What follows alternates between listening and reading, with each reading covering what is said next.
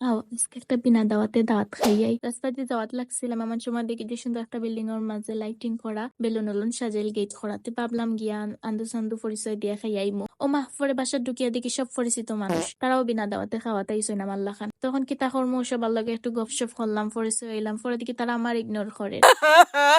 তো আমিও একটু মোড়ামারি তারা ইগনোর করিয়া গেলাম কি আমি তো ফার্স্টে ভাবছি যে হলুদর দাওয়াত হইব পরে দেখি ও মা ও বাবা তার মুখে ভাত বাবা তার 6 মাস উপলক্ষে মুখে ভাত হইছে যার কারণে ও আয়োজন করা এনে সবার ছবি তুলিয়া রাখলাম যাতে দেখাইতে পারি যে আমি একলা বিনা দাওয়াতে খাওয়াতাইছি না তারাও বিনা দাওয়াতে খাওয়াতাইছেন এরপরে দেখি বিভিন্ন ধরনের ডেজার্ট আইটেম সাজাইলাম যে আপনারা একটু লোভ লাগাই এর লাগি ভিডিও করে আপনারা লাগি ছাড়ি দিলাম ও কেকটা কিন্তু যে সুন্দর হইছে এই কেকটা আমরা খালামনের ফুকো থাকি একটু পরে দেখি ও আফুয়ে যে সুন্দর প্লেট একটা লইয়া বড়ি বড়ি খানি লইরা ভাবলাম হয়তো আমরা আল্লাহান বিনা দাওয়াতে খাওয়াতে ইচ্ছই আমিও বড় প্লেটও আগুয়াই দিয়া কইছি লোকা আপু আপনার যা লাগে আপনি লোকা পেট বড়িয়া খাইয়া যাওকা কোনো সমস্যা না তো আফুও দেখলাম যে সুন্দর করে প্লেট বড়ি বড়ি লইরা আফুরও শরম লাগেন না পরে মনে মনে কইলাম আল্লাহ আমিও তো বিনা দাওয়াতে খাওয়াতাইছি আমার তো যে শরম করে খানি লইতে এন দেখি প্লেট বড়ি বড়ি খানি লইরা খানি লোয়া বাদে দেখি ও মা এই নইসই আমরার হামজা বাবার আম্মা পরে আর কি তাহরমু